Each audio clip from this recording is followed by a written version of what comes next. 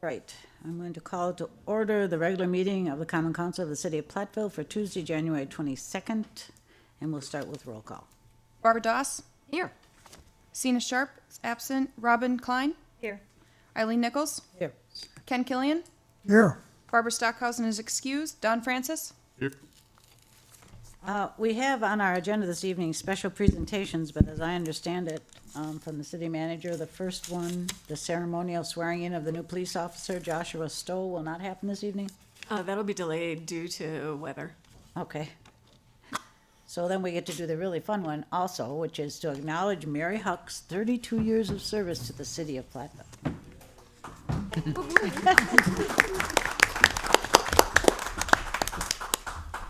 Wow, Mary, they're clapping before we even read the proclamation. That's pretty exciting.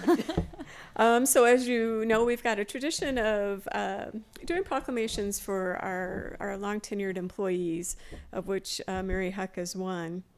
And so this is in recognition of Mary Huck's 32 years of outstanding service to the city of Platteville. Whereas Mary Huck has faithfully served the city of Platteville as museum educator since 1986, and whereas Mary has inculcated our community with a greater understanding of Platteville's mining and pioneer history, and whereas Mary has consistently provided an exceptional education experience to museum visitors young and old, whereas Mary has brought her vast knowledge into numerous schools and organizations through education outreach, whereas Mary has inspired generations of museum staff members as she trained them in operations and key narratives, and whereas Mary has embodied the spirit of public service in faithfully, diligently, and honestly executing her duties, and whereas Mary's knowledge and professional talents have contributed to making the Platteville community a better place to live, work, and play. Now, therefore, I, Karen Kurt, City Manager of the City of Platteville, on behalf of the Common Council and city employees, both past and present, do hereby wish our sincere appreciation to Mary Huck for her dedication and service to Platteville. Congratulations, Mary.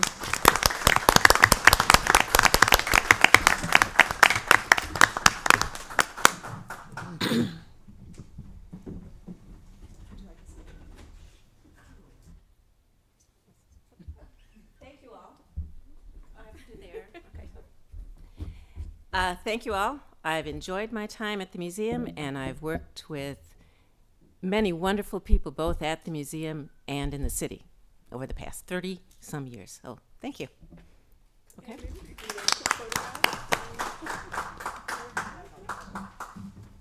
I don't know about generations of students. Not generations. Mary, did you start here when you were 12? Something like that. Okay. Do you want us to come away from the podium? If you want to Front of the podium.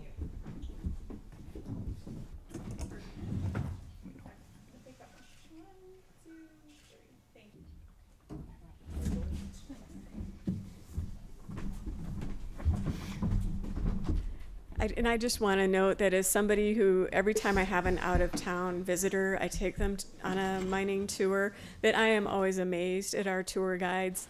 And I know that is due to Mary and the training that she provides them. It really is outstanding.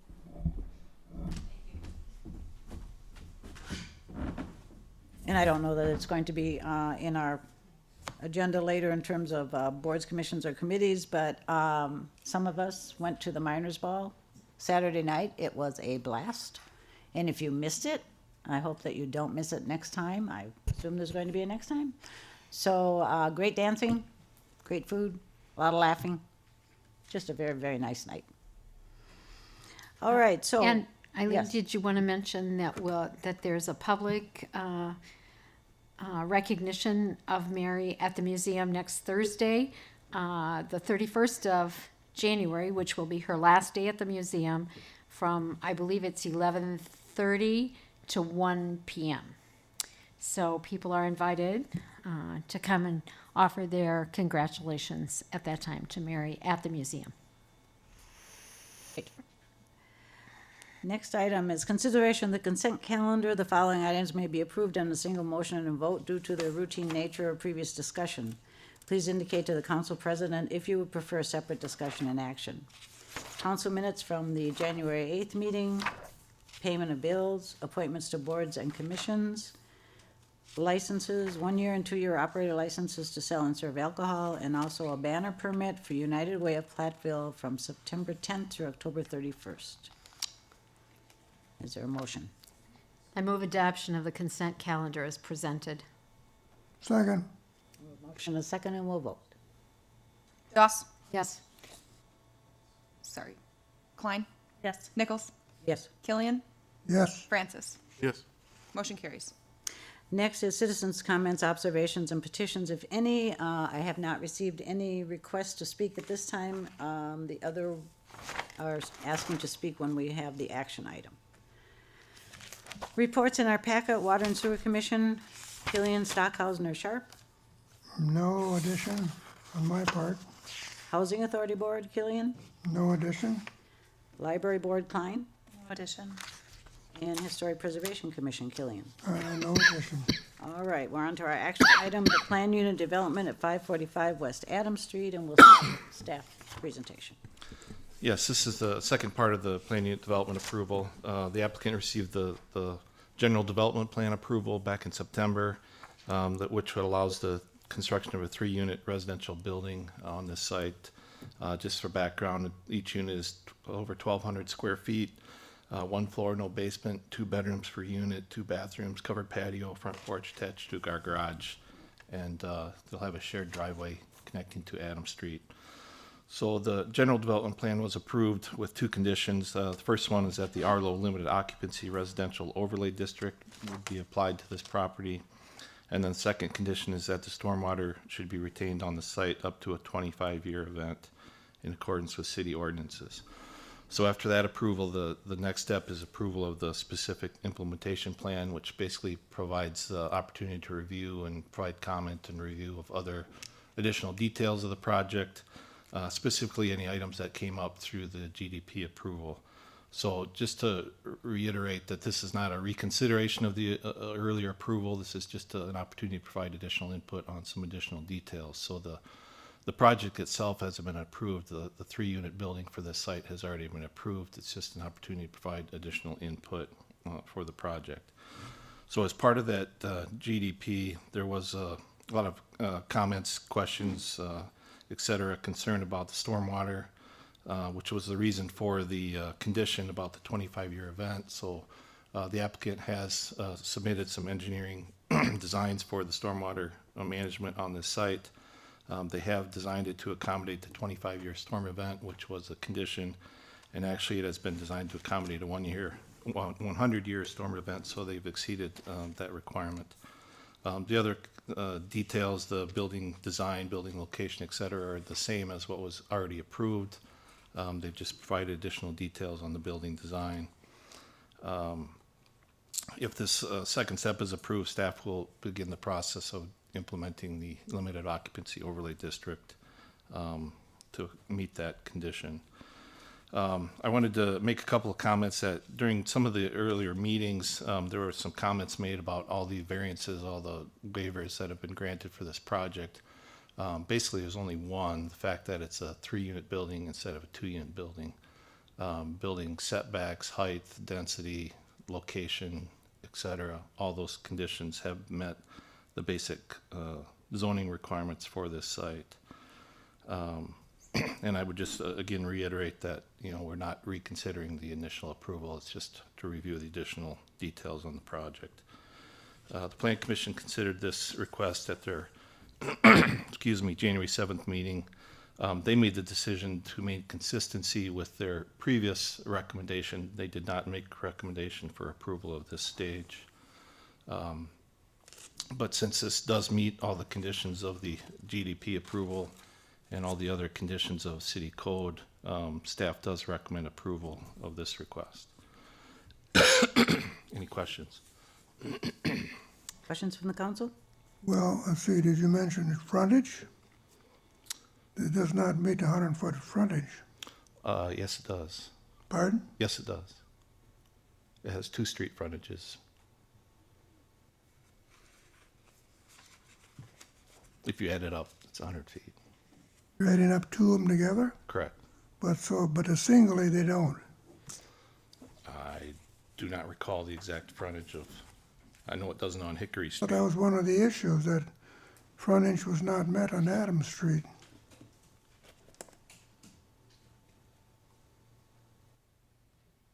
Correct, but if you add up the total street frontage, it meets the minimum requirements. Same as if it's a corner lot, you add up the street frontage. So adding up the frontage on Hickory and Adams? Correct. I must have missed that.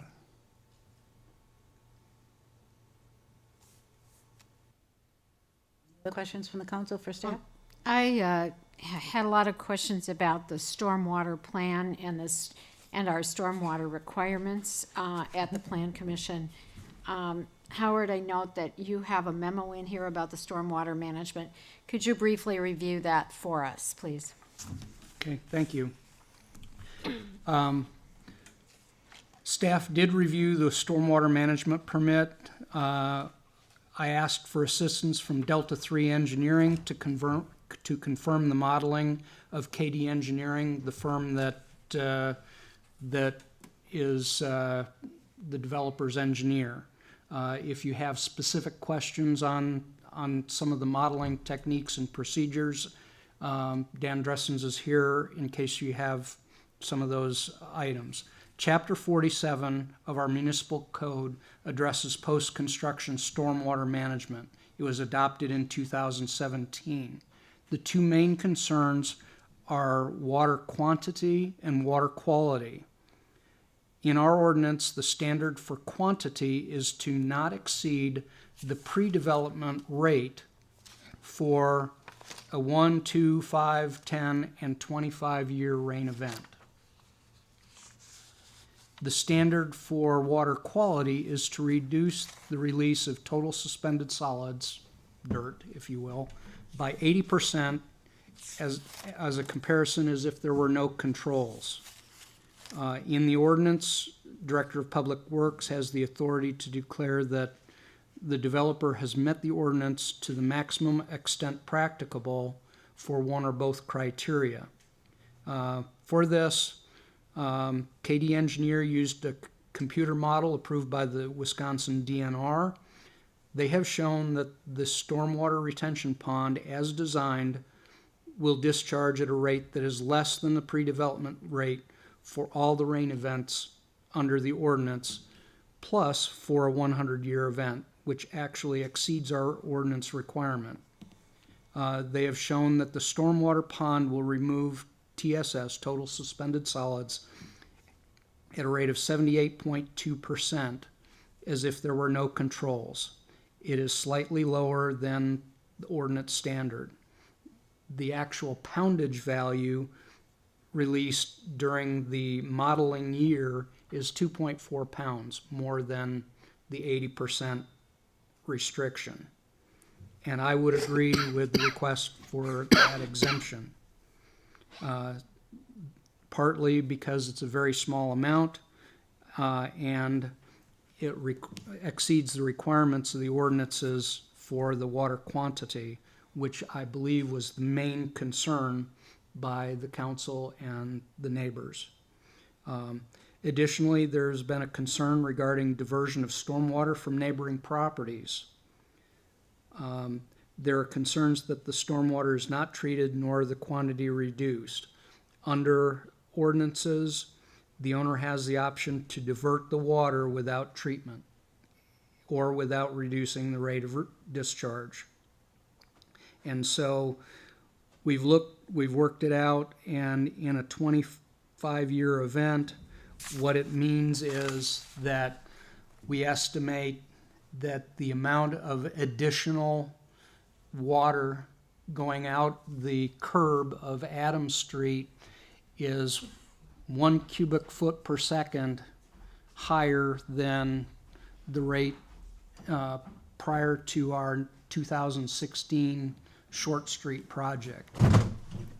So, everything that we've done, to help and mitigate everything, that would divert that around.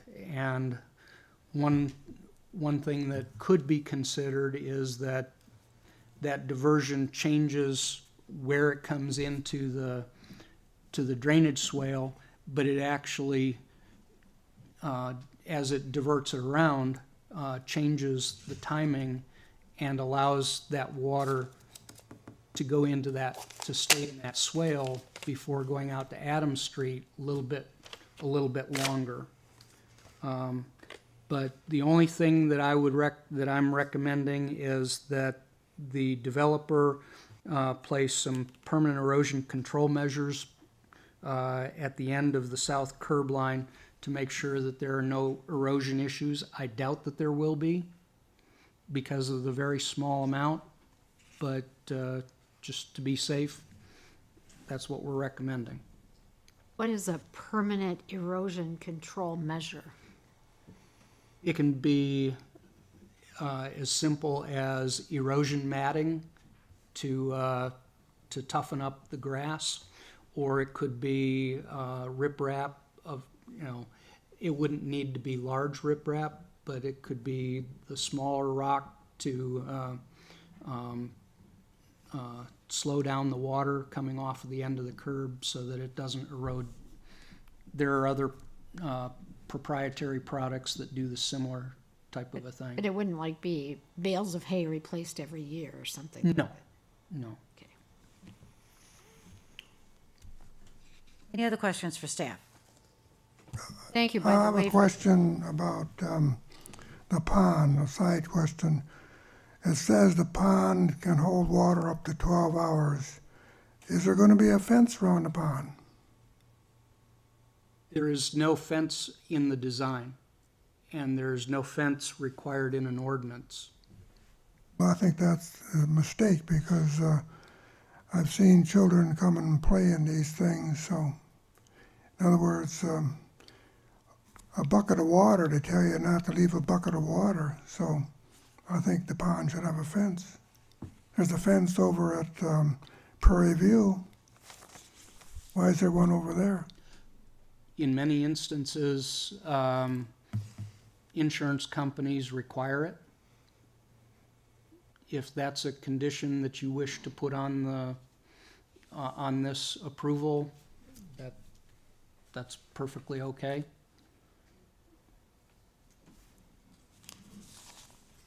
Well, my question is, do you recall as to why there's a fence around that pond? It's a similar situation. It has deep drainage, tile drainage, and water coming in from the area.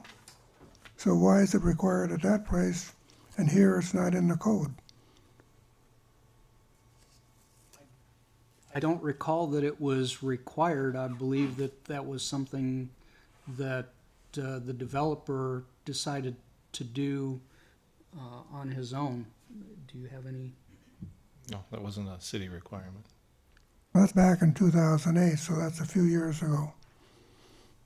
I remember the development, but I don't remember that it was a requirement by the city, either as a condition of his of any permits or definitely wasn't in an ordinance.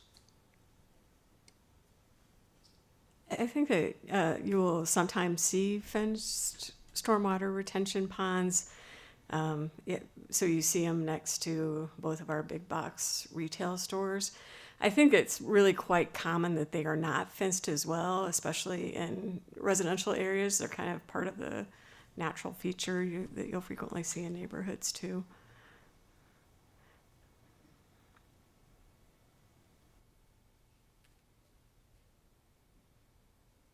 Another note, the silt fence that's in the depiction that we have, is that a permanent thing or is that just during building? That would be during construction only. Same thing with those little rectangles where they say straw bales. That's until the grass grows at the end of construction. And because I'm not super versed at reading these things, can you help me understand, is the bank changing? Like the steepness next to the pond or next to the driveway, is that gonna be a more steep bank than it is right now? kind of creating some sort of wall effect, or? There will be a wall, there will be a number of walls on this property. They're kind of shown, No, the retaining walls have been removed. oh, I'm sorry, you're right. The retaining walls have been removed, sorry. So when you put in a retaining wall, it's for purpose, right? To stabilize the soil there. So if they removed it because it wasn't favored, they still have to cover that area, right? The slope, the change, and so how are they managing that? Is it just more gradual of a slope? Is it There'll from be a slightly driveway s- down to the drainage ditch? There probably has to be some sort of a, No, as well as. there's the going to pond. be a slope in there. It's roughly a 3-to-1, I believe. I haven't looked at it. Did say 3-to-1 in the What? description of the pond, but can you tell me what that means? That's 3 feet to 1 feet? Is that what if Yes. I can remember? 3 So, 3 feet, yeah, 3 feet out, 1 foot up. so more steep than it is now. But maybe little further bit, back. yes. Yes. So your question is also, what's the slope for the rest of the area? Especially where they take the wall out? Closer to the driveway, it looks like it's steep again, which was where the retaining wall was, but maybe not as steep as what it is next to the pond. Roughly the same. Well, Dan should answer that question. And if you want. Can you answer the question, what's the slope adjacent to the drainage way? The pond, I know, is 3-to-1 Here's the- inside the pond. It looks about the same. That's why I brought up the question. I thought 3-to-1 slope is quite a bit of slope for a young person to try to get out of. Oh, actually, looking at that plan and looking at my smaller version, the slope of the pond matches the slope between the driveway and the drainage swale. So it would be a 3-to-1 slope. So when we go and do site design, 4-to-1, you can take a standard riding mower on it, and you can go up, down, sideways, crossways. When you get 3-to-1, then you have to be a little bit more careful with it, but you can still use a riding lawnmower on it. So a 3-to-1 is an acceptable slope for using in a residential area because you can mow it, and you don't have to have any problems with it at all if you use a push mower. Did you just say 3-to-1 at the end is acceptable? Yes. Even? Yep. Okay. Yep. I thought you were saying 4-to-1 with a rider. Yeah. Well, four but- to 4-to-1 there's no issues at all, but 3-to-1 you just have to. I mean, you can still utilize it. But that's pretty much max. Yep, that's max. That's maximum slope. And I don't want to go back on something, but you're asking about the fence at Prairie View Park. I was involved in that project, and the developer chose to put the fence on that one because that one had a permanent pool of water in it that was 4 to 5 feet deep at all times. Whereas this, the bottom elevation is 941 and the overflow is at 944. So the maximum there will be is 3 feet of water there for 12 hours. Then once it stops raining, it'll be gone. Whereas at Prairie View and a lot of the other ones that you do see fenced in Platteville, they have a permanent pool that is 4 feet plus deep at all times. And it can get up to 10 to 12 feet deep. So that is the difference. Once again, as Howard mentioned, there is no ordinance or state regulation requiring a fence. The developer put it up because they felt that that was something they should do, whether it was because of insurance or just because they wanted to keep people out just from messing around in there. As a side question, at Prairie View, is that now set up so that the tile is open and drains? Because I know at one time they had shut that bottom tile off.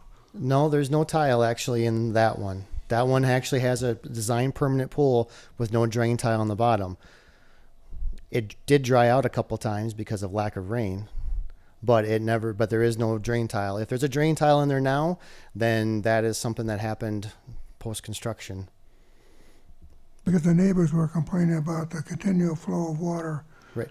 What that was. below the level of their grass. Right. What I think the city did is, wasn't there a project that extended storm sewer up from the highway and connected it to the outfall?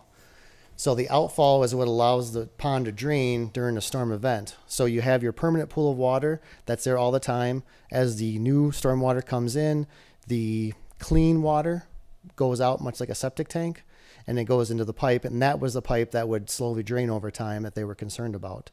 So that pipe there is the one that they connected to and goes down to the highway now.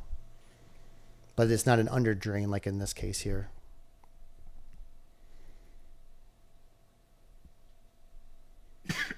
Any other questions for Dan about this project, about the stormwater we were talking about? So when you look at this bit done by the other firm, are there things that don't look the same as when you were considering it, or that you don't quite agree with the numbers, or you're concerned? No, actually, the first time they did their calculations, we did have them redo them because they were incorrect, and they did not meet the requirements, especially with regards to their the amount of total suspended solids being removed. They were showing 100% removal. We found out that they had modeled it incorrectly, so we had them review their numbers, gave them some suggestions on how to meet the requirement, and so yes, this is this meets very similar to something that we would complete. Other questions, comments? Thank you, Dan. All right, thanks. All right, we do have people who have asked to speak. Charlie Chamberlain?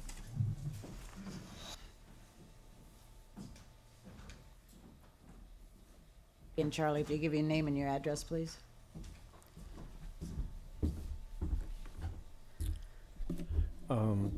I live at 410 West Dewey. I own properties right adjacent to this property at 560, 570, 580, 590 West Adams. For me, there's not much more to say here. We've been on this water situation, and it's a big situation. The Beals' house is taking the brunt of the punishment. My duplex at 58590 is taking some punishment, meaning water in the basement. It was asked, and it was stated by the staff here at the Plan Commission meeting, how many acres of land is involved with this water. It's 170 acres of land starting up by the old hospital that comes down and surrounds this area here. when the old hospital was there, if some of us older people remember, there was houses around it, except for the front of the hospital. When you pulled up to the front of the hospital, you parked heading into Smith Park. That was the parking. And since now you have Park Place there, elderly housing, all of that's gone. All the houses are gone. Everything's gone. Now it's asphalt and concrete. Nothing to absorb water anymore now. Now the water hits the storm sewers and rushes down to a 36-inch opening right by my property and facing the rest of us. At one time, Platteville asked the citizens if they couldn't dress Platteville up a little bit, get rid of gravel driveways. It wasn't mandatory, but it was an idea. My apartments were all gravel. With gravel, you could still absorb water and take it down and dissipate water, but I changed all my driveways to concrete. I'm never thinking of anything. But if you go, and I have, from where I live up to the hospital, a lot of driveways now are concrete. And of course, they took care of the driveway, then added a little more concrete to pick a basketball hoop or an additional parking. So if you come down from the hospital and you go into Elmer Street, that was all grass. Now it's all houses. Once again, nothing to absorb water. That water's right into the storm sewer. And you come down further, down across the street from where I live. Pat Kimmitzer and Rose bought a lot, probably a third of the size of this lot here that we're talking about. And that was all trees and grass, and they built a house. And that took care of all of that. And then they immediately had problems. So the water would come around just like it did before, only right into the basement and where they had apartments. So they called the city, I guess, and city come in and put a grate in, and then it accepted all that water. Instead of going into that property and dissipating into the soil, once again into the storm sewer, heading down toward us. No concern here. I mean, there should be some thought about, we just got to direct this water, do something with this water. But it just keeps coming, and it's going to get worse. There's an apartment building built right behind Ben Ballwig's, right adjacent my property.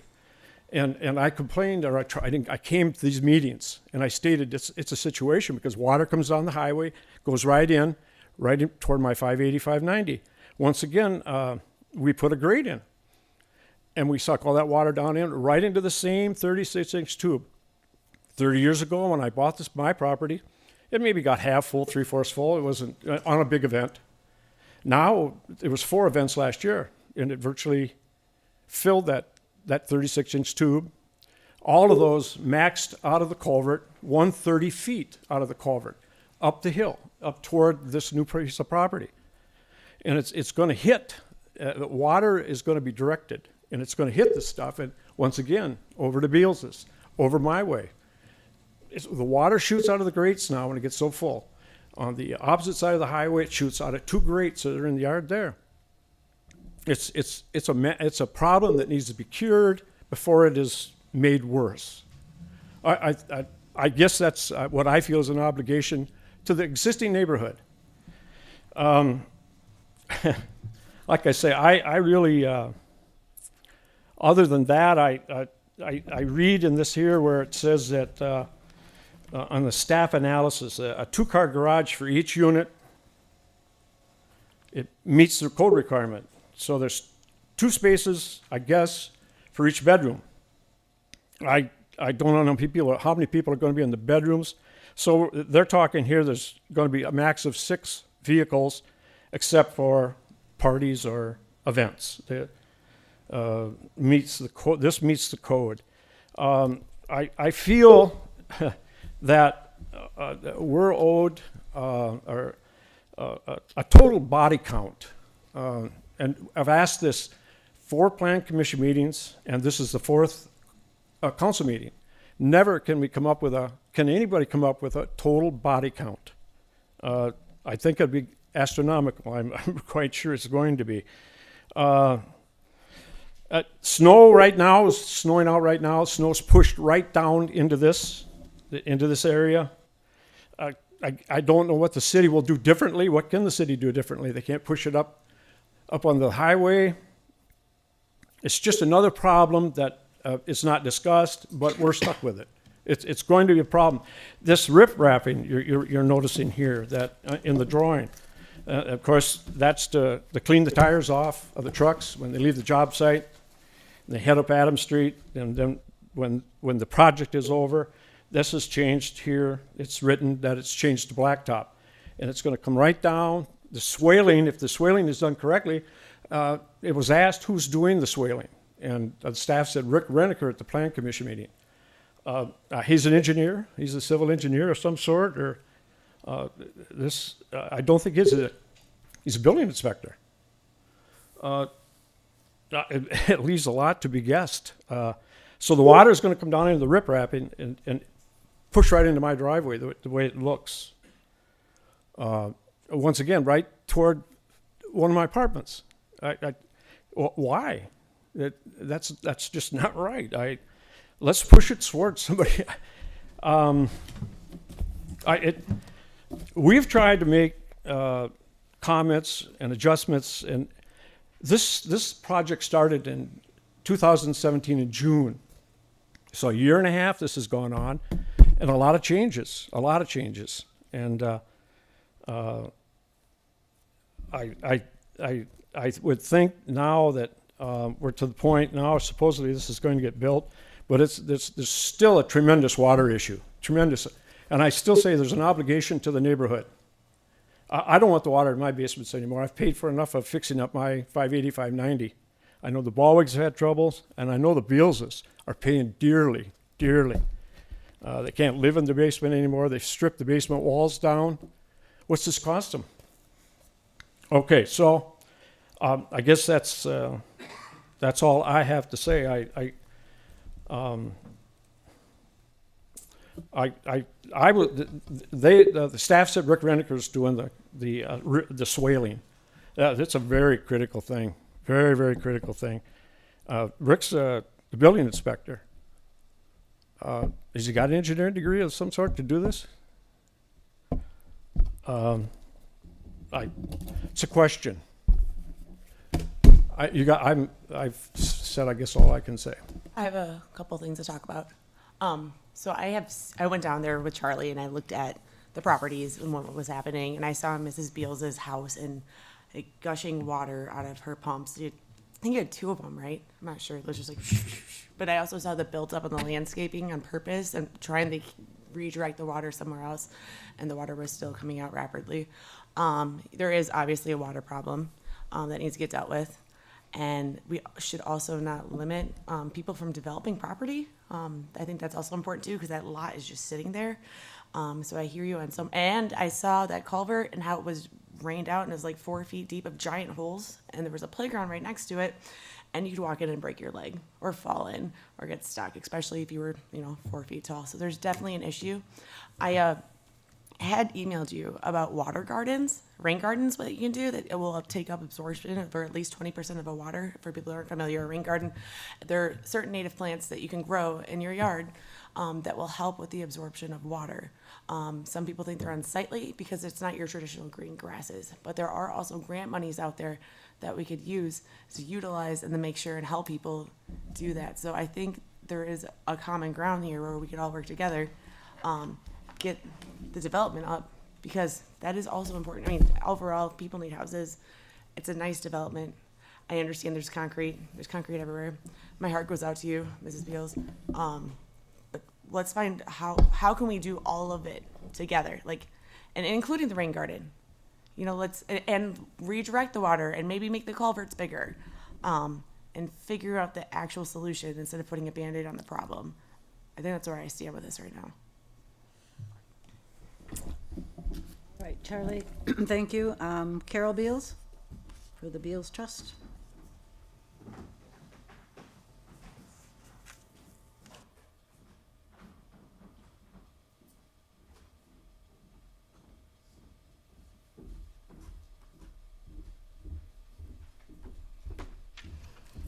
Good evening. Carol Beals representing the Beals Trust, 475 North Hickory, which is the house in the bottom of Hickory Street, where they believe that this property also has access off of Hickory Street. I did go up and talk to the people at Grant County, and I will be talking to Mr. Austin about his point of beginning about where the lot line actually is. But what I did uncover up there was also an easement that the city has with the landowner of the building, and dealing with the easement that the city has for their sewer sanitation system. It says they'll have access to be able to put it in and maintain it and repair it.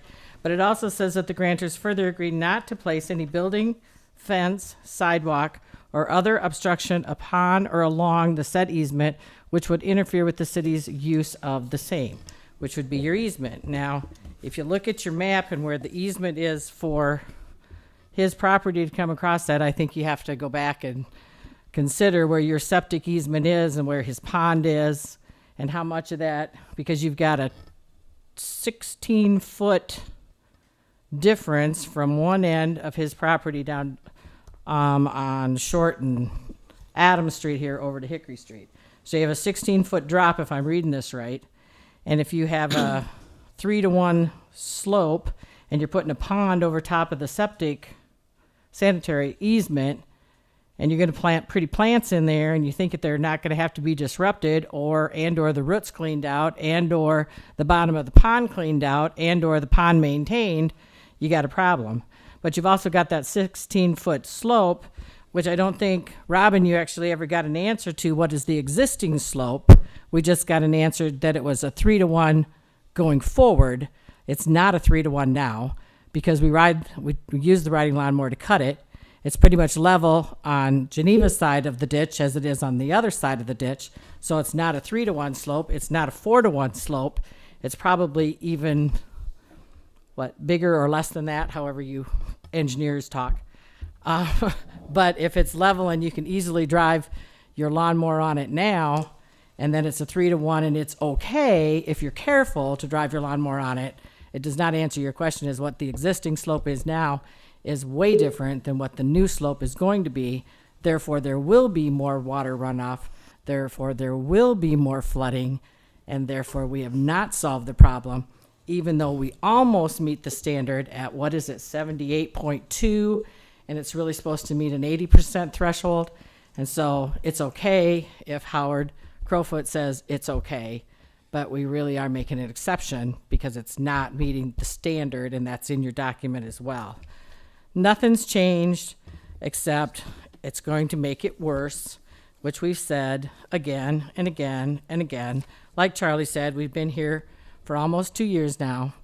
4 planning commissions have turned it down, and this is the 4th time in front of the city council, and all 3 times the city council, I think, has agreed to go ahead and move it forward regardless, or he just keeps coming back. So I guess the rule here is for anybody, if you just keep coming back enough times, I guess people are going to say yes to it, whether it's right, wrong, or whatever. So the slope will be different. We've got 3 foot, oh, I know. You said the pond was 3 foot deep and it'll hold the water for 12 hours. But if the water's over top of the pond, first the water has to get down to pond level, and then it has 12 hours to drain. That would be my understanding, because if the water's over the road on Hickory Street, the water's definitely over your pond on the property, and it's definitely over Charlie's driveway coming out on Adams Street down through the culvert. So if the water goes over the road on Adams Street and goes over the road on Lancaster Street and goes over the road on Hickory Street like it did last year several times, then your pond's not doing you any good, because the water's above the pond and you're going to have to get the water down to the pond and then wait for the pond to drain. So your pond does you absolutely no good in severe rainstorms. Absolutely none. So we've been here again and again and again. This is just making it worse. It's not making it better. Excuse me, Pat Ballwig.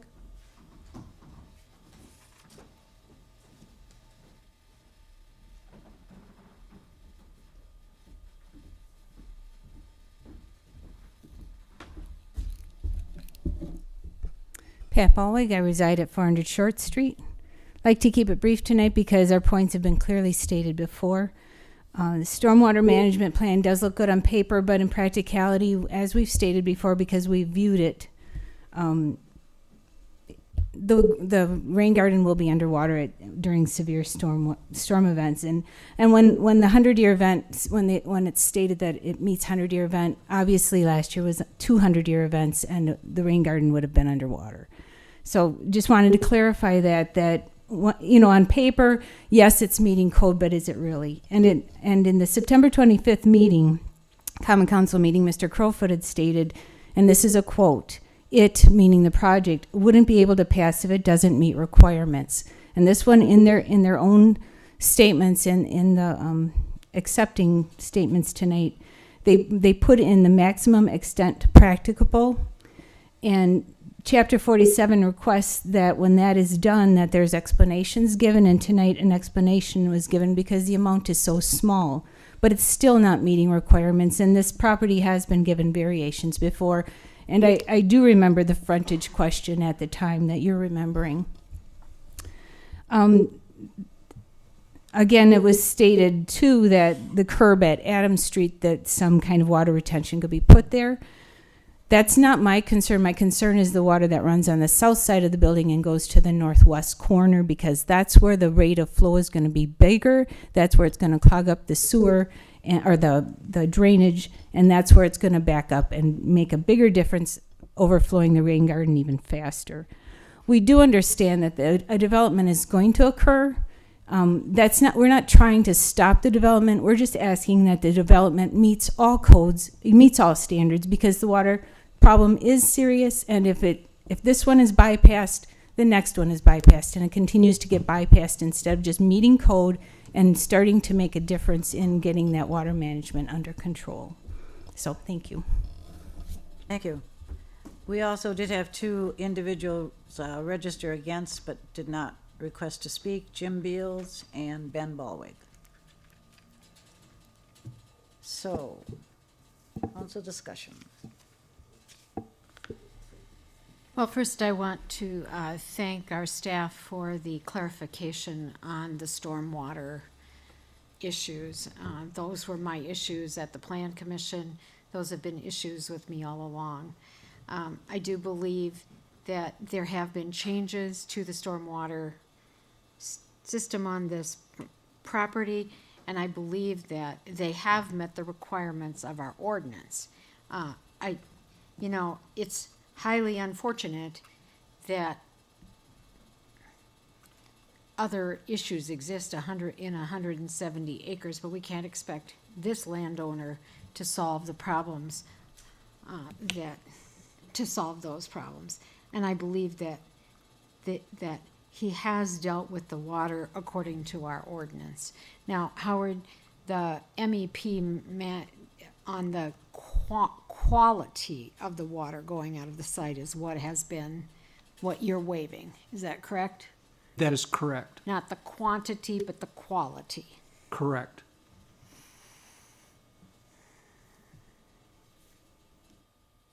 Joe, could you again explain what a limited residential overlay district is? So it restricts the number of unrelated individuals that could reside in each unit to a maximum of 2. So it doesn't, so basically in Platteville, that typically applies to students, so you can only have 2 unrelated students per unit. For families, we don't have a restriction on families if they're all related. We're not going to put a restriction on how many kids people can have, so there would be no restrictions on whatever meets the definition of family. And a family is just defined as, There's actually a very detailed definition in our ordinance, and that was taken out of state statutes. right, that's what I thought. But that's going to come up in February, is that correct? As far as the LO district passing, being up for Well, approval? when this is approved, I will start working on the paperwork for, we have to go through the rezoning process. Yes. Right. But the original development was approved contingent on it being Correct. RLO. So it's just not been rezoned. It's not been rezoned, but that's a contingency of approval. Right. And, is there, I was going to ask about other, I see it says existing tree and proposed tree. So can somebody tell me what the proposed landscaping plan is for this? Because all these trees on mine look the same. So I'm thinking, does existing tree stay? Does existing tree go? Are there actually going to be 10 trees on this property? Because I count these little circles and it looks like there are 10 trees. It also looks like one of them is right in the middle of a driveway, so I'm not sure I'm counting them correctly. I believe all those trees that are identified are the existing ones. I'm not sure how many of them will be able to remain due to the contouring that'll have to be done on the site. So do we have a landscaping plan for this site? A proposed landscape? Excuse me, no, we do not. Is that usual that we would not have a landscaping plan? Sorry. That can be a requirement of the approval. That there be a landscaping plan developed that includes, Correct. I mean, trees and would come back to the council or? Whatever process you'd like to follow.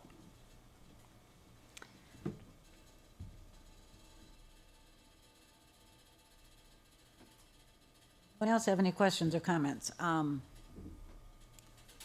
I also appreciate the new information about the stormwater.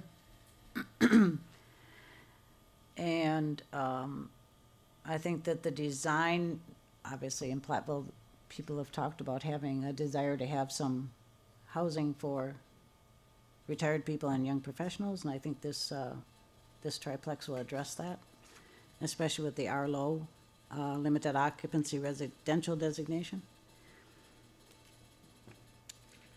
Any other questions or comments? for staff. Barb touched on it. I agree with the idea that this parcel of land is not totally responsible for all the drainage problems. That seems to be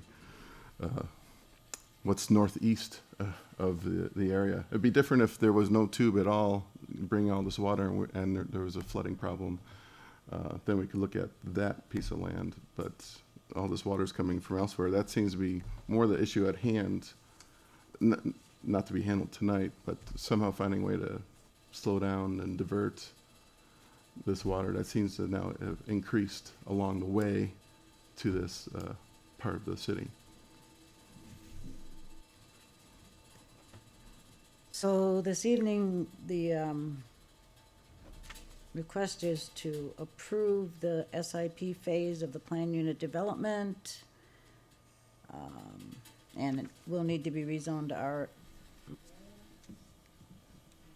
Barb did mention something about adding, something about a landscaping plan. So all those, that, the staff recommendation is to approve the SIP phase and to then go forward with the rezoning. Barb had added the, landscaping. So is there a motion on the request to approve this project, the SIP specifically? I'll make a motion to approve the SIP contingent on the limited occupancy residential overlay zoning. And now I've lost my here. And to require a landscaping plan be developed and approved. I'm not sure if it should come back to the council for approval. I guess that would be my recommendation, that the landscaping plan come back to the council for approval, and also that permanent erosion control measures be placed in the swales, both on the south side and on the east side of the property. Those swales that are going to control or divert the water that's coming off the adjacent properties. Is there a second?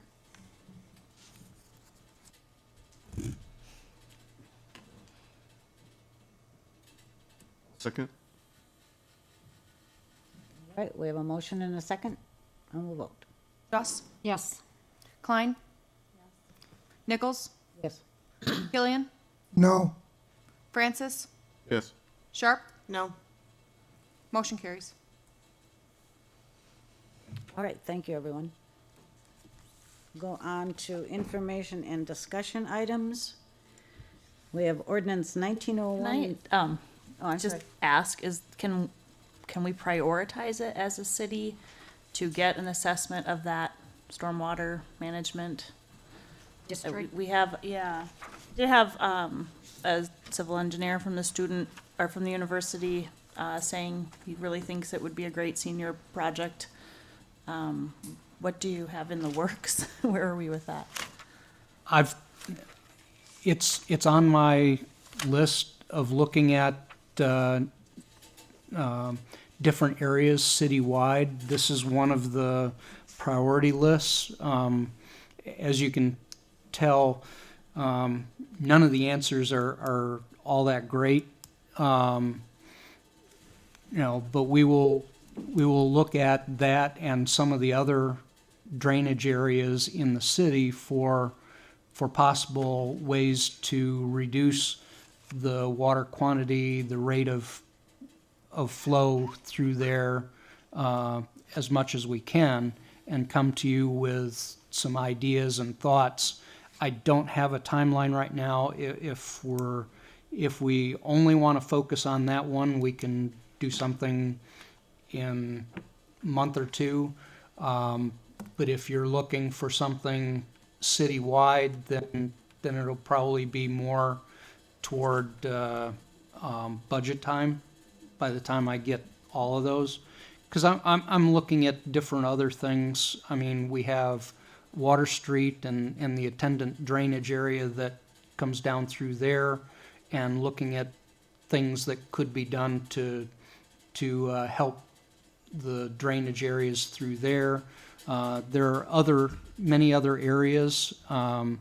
There's the area that goes through Sunset Drive and Main Street and College Drive. There's we've already taken care of some of those with some of our projects earlier up by Hathaway Street and the north end of Broadway and Ann Street and some of these others. But there's still a number of areas that we really need to look at. This one came to the forefront because of this development. So it depends on We can on the certainly prioritize this particular area. I've asked Howard to look at it in a broader sense, and we're not dealing with something that a lot of Wisconsin communities and communities across the nation are dealing with, as we're kind of grappling with the onset of climate change and heavier, more intense rain events. It's really taxing our systems, which led Howard and I to have the discussion about kind of looking citywide at where our problem spots are, but certainly recognizing the concerns of these neighbors. We can take a look at that, see if it's appropriate for a senior design project.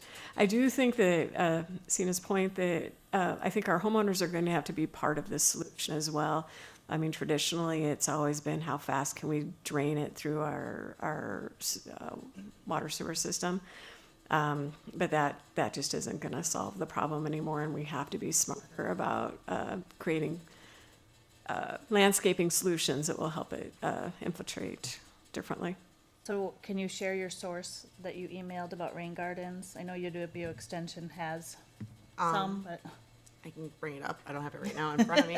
So- but I researched last month for a couple of hours, and I talked to a few people, and it's in my emails somewhere. yeah. So we don't have any way set up to incentivize homeowners to put in rain gardens or anything like that. We don't yet as a currently, city. but I think that's one of the things that has to be explored. Okay. Is it possible that we could have a work session on at least what the watershed areas in our city look like, so we have an understanding of where water is draining? I mean, Howard, you mentioned College Drive and Main Street. I think that's at the bottom of this particular watershed. I think the water from where we were today drains right down through. Yes. So it doesn't make much sense to work down there if you still have a problem up here. I mean, so I guess a look at the watersheds and how the water, where the water moves, could be helpful to the council in general as we look at other people who come forward with developments. I mean, it's not always easy to ask that question or to have an understanding of how that water is moving. So perhaps some kind of education on where the watersheds are in this town and how the water moves would be good. We have most of that information already, and it wouldn't take very long to do a generic presentation, as you say, on the watersheds, if you will.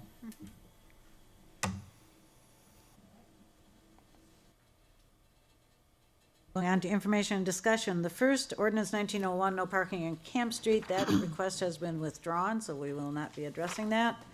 Next is the museum master planning base drawings. I'll just ask Eric to come up and give an overview of this. Right.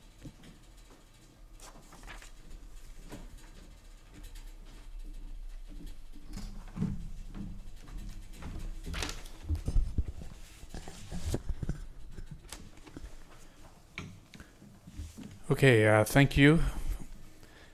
The Mining and Rollo Jameson Museums, we'd like to contract with design firms to create a digital drawing set. As you may know, the museum campus is around 2.5 acres and has 7 structures. And we would like to create this digital drawing set in order to start mapping our spaces. And in order to visualize where they are and how we're using each space, we envisage that we're going to be leading off a multiple year process to begin identifying how spaces, both indoors and outdoors, are used across the museum. And we'd like to do things with the drawings such as create a map that visitors can use when they come to the museum to figure out where they'll be going and what they'll see in each place, as well as a space map for staff to use, for volunteers to use. But perhaps most importantly, in the long run, it'll help us to define desired modifications for the purposes of improving the visitor experience and ensuring the safety of our collections. What would be involved in creating the drawing set is first is making an existing condition drawing set for the rock school. Existing conditions, another word for that, are as-built drawings, which will involve somebody taking field measurements, not only of the floor plans and elevations and so forth, but also to size the structural members so that we're able to analyze how much weight the building can handle, which will help us understand how the building might be used. For example, if we would like to use it for collection storage areas, we want to better understand it structurally. So that would be what would be involved at Rock School. Would be largely starting from scratch there in terms of creating these drawings, whereas for the rest of the campus, we have existing drawings. In some cases, they date back to 1905, 1919, the 1920s, 1950s, 1980s. So we'll either have hand drawings or printouts of drawings from the past, but we'll kind of create digital drawings with them by scanning them and then bringing them into software like AutoCAD, scaling them, and then tracing them. So there might be more than one company involved with creating these drawings. And the museum board has suggested that we come to you. They have suggested that we could spend $7,500 to create the Rock School as-built drawings, and then another $3,000 to trace existing paper drawings. And so I'm coming to ask if we could please expend from the museum binding trust in the amount of $10,500. Questions, anyone? Just how much did the museum get from the binding trust? Do we know? There's around $45,000 total in the account now.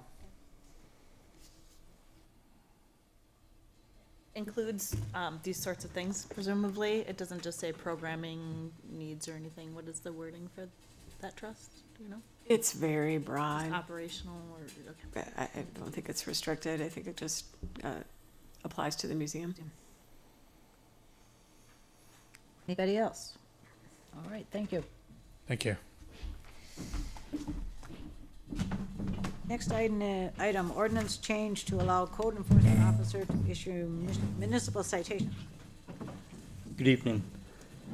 The proposed ordinance change is intended to streamline the process of code enforcement and the issuance of municipal citations. Currently, there's a step involved where Lieutenant Buchholz has to issue any municipal citations, and this would allow the current code enforcement officer give them the ability to issue those citations. I just wanted to not assume. So when you say officer, you're referring to a police officer, not just some other generic title within the city. By code enforcement, you mean? Yeah. Or I'm sorry. Say the name of the title of the position the again. code enforcement officer? Right, correct. She is a police employee. Previously, when we issued paper citations, the building inspector was able to issue those. Now we've gone to an electronic format that is, the permissions to access that are granted through the state, and they reserve access to police employees or police officers.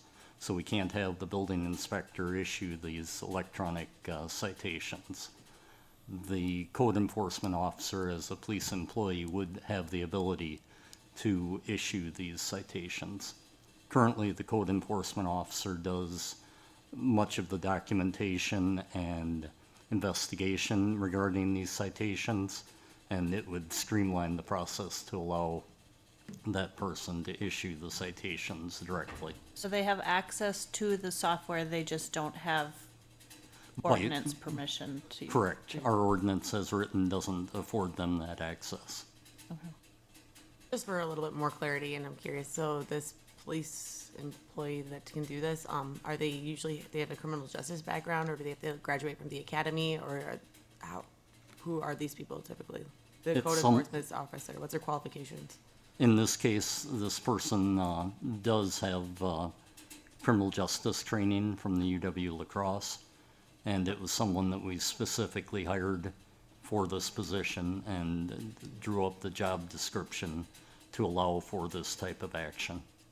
And I guess I just want to clarify, it's a code enforcement officer, which is a pretty common title in municipal government, but this is not a sworn officer, so they are not the same as a police officer. But, That's and what I I can was understand why asking, that's and I confusing. felt like I got that answer, but I'm glad you made it clear. Thank you. So we're talking about snow removal, we're talking about lawn furniture, or inside furniture on lawns, we're talking about garbage. Correct. Yeah, Tall grass. so we're not talking about speeding, No, parking tickets? Is that part of it? parking, she already does issue those. Parking tickets, okay. Okay. Is this person half-time right now, code enforcement officer? Correct. Will that be changed when she takes over this duty of issuing citation? We have not anticipated that change. And so what's going to happen then is that the building inspector who used to issue citations will have to instruct her, the code enforcement officer, to issue the citation. Right now, I'm not following you. Well, it says that the building inspector will not be able to issue citations, He currently can't. so he'll have to instruct the code enforcement officer to issue the citation. That would be what we're proposing, yeah. Okay. So the code enforcement officer reports to the building inspector? Reports to a number of people in this regard. Okay. Depends on what What code? various, what she's enforcing. Okay. Other questions? All right, thank Thank you. Certified survey map, 900 Valley Road. So the property at 900 Valley Road is formerly Innovative Ag Services. The property is for sale. It's kind of an unusual situation. It's one parcel, but it's divided, not quite in half, but it's divided into two by Valley Road. So Valley Road crosses this property via an easement, even though it's one property. So to make the sale of the property a little easier, because they're anticipating having an easy time selling the north part and a hard time selling the south part, so they're dividing into two to allow that sale to take place a little easier. And actually, I think they're going to be asking the city if they would like to take the southern part, but that will be a follow-up request.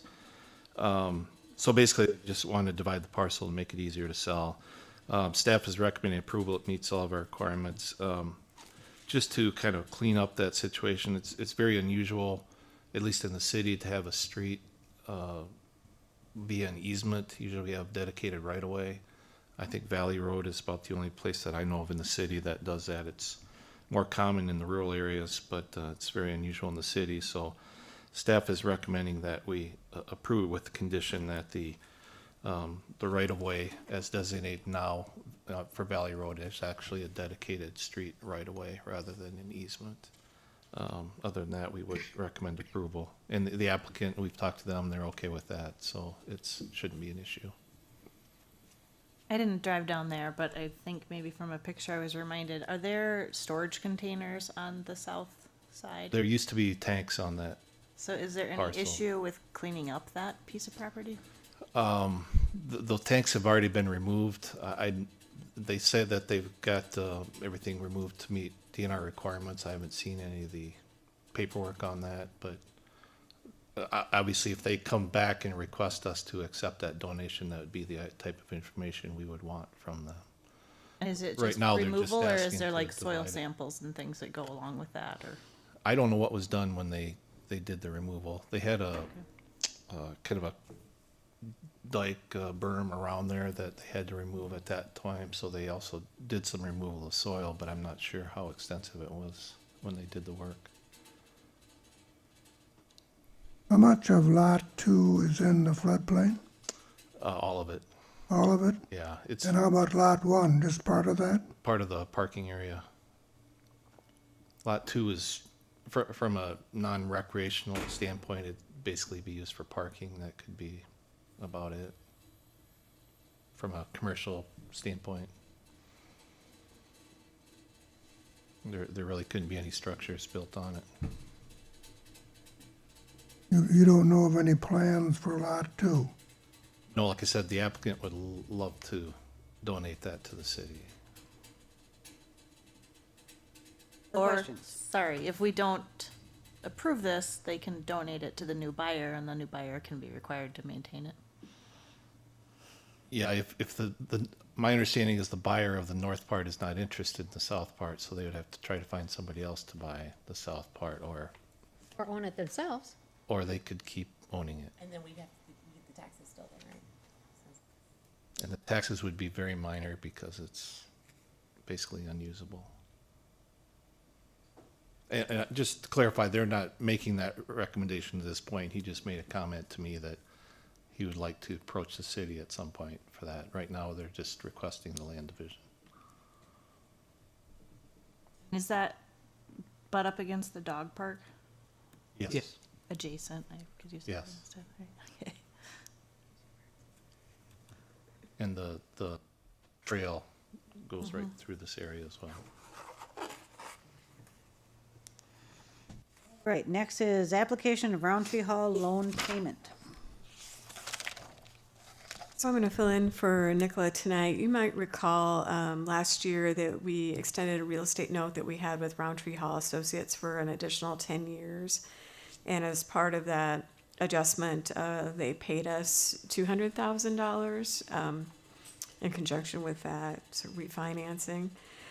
The original funds were from HUD, and the grant associated with those funds stipulated that the original dollars have to be used to support the construction, rehabilitation, or operation of real property, primarily for low and moderate income residential rental purposes. And we've conferred with our auditors and are making the recommendation, we had discussed this at a previous work session, that this money actually go to TID 7 to support expenditures that were already made to purchase the property that the Rexton Apartments, which are low and market rate housing, is being built on. And if we're able to transfer the money to TID 7, that allows the TID then to repay back money that it owes to the general fund that would not be restricted in use. And so we just wanted to finalize that understanding that we had reached in the work session for the record, and then make the transfer over to TID 7 of the $200,000. Can you remind me which one's TID 7? Downtown. Uptown. Okay, thank you. How much was the advance to the TID 7 from the general fund, roughly? I'm not exactly I'm not sure where it stands right now, but a few years ago, before the TID had started repaying us, it's in my head that it was roughly $750,000 to the general fund, and some additional monies were owed to the water sewer fund. And so some of that money has been repaid back, I believe, over the last 2 budget years, but there's still additional funds owed. Basically, if we use the 200,000 to go to the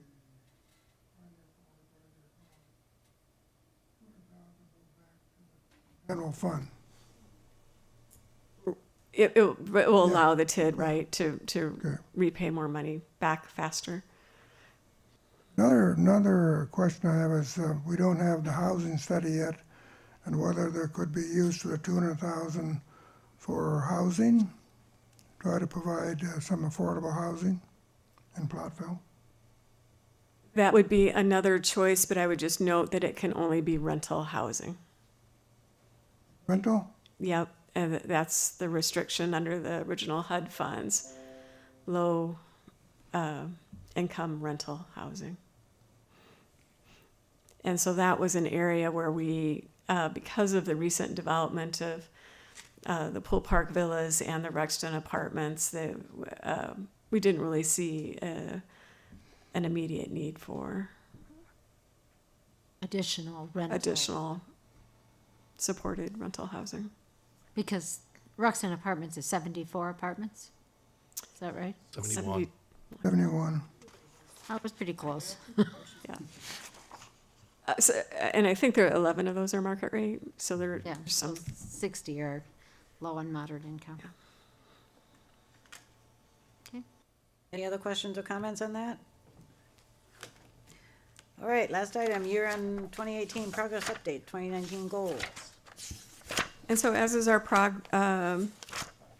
process, we've shared with you sort of the fourth quarter of our 2018 progress on our goals. And then we also have included the 2019 goal draft based on the strategic planning session that we had in August and some further discussion that we had last month. And so I'm happy to answer any questions that you have with respect to either of those items.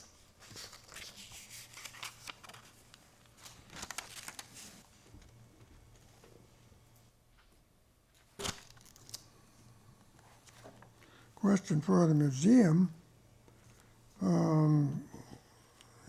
It says here on the first, page 1, you collected $35,300. So your goal was $50,000, right?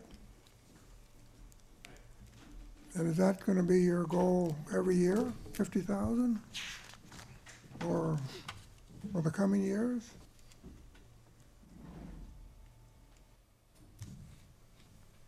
Unless something changes in the 2019 budget, we are currently planning to also raise $50,000 to transfer to the.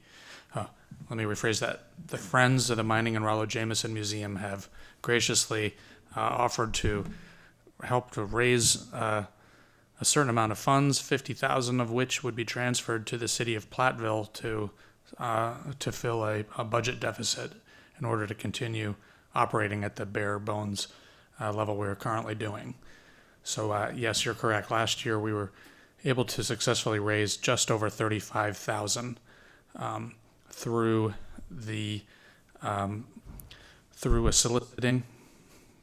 soliciting the public and receiving sponsorships and so forth.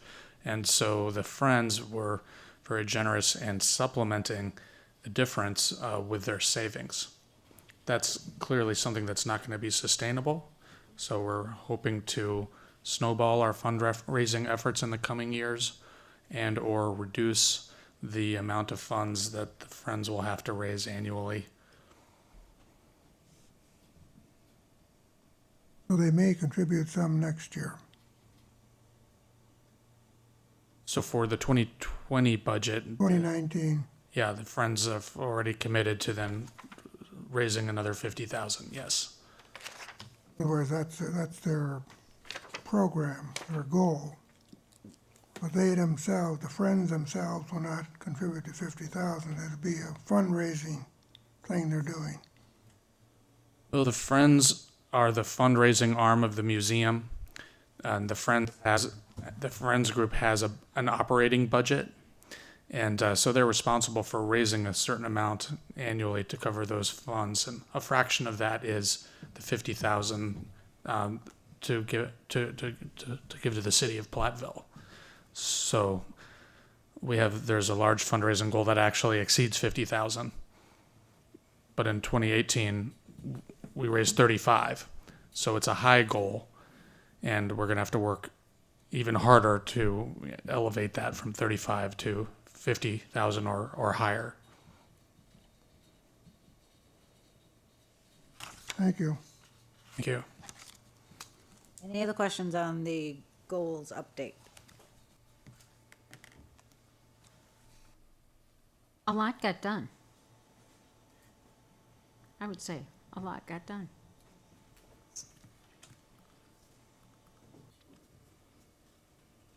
All right. Thanks for the report, and is there a motion to adjourn? Adjourn. Second. A motion and a second, and we'll vote. Doss, Yes. Klein, Yes. Nichols, Yes. Killian, Yes, yes, yes. Francis, Yes. Sharp. Yep. We are adjourned. Motion carries.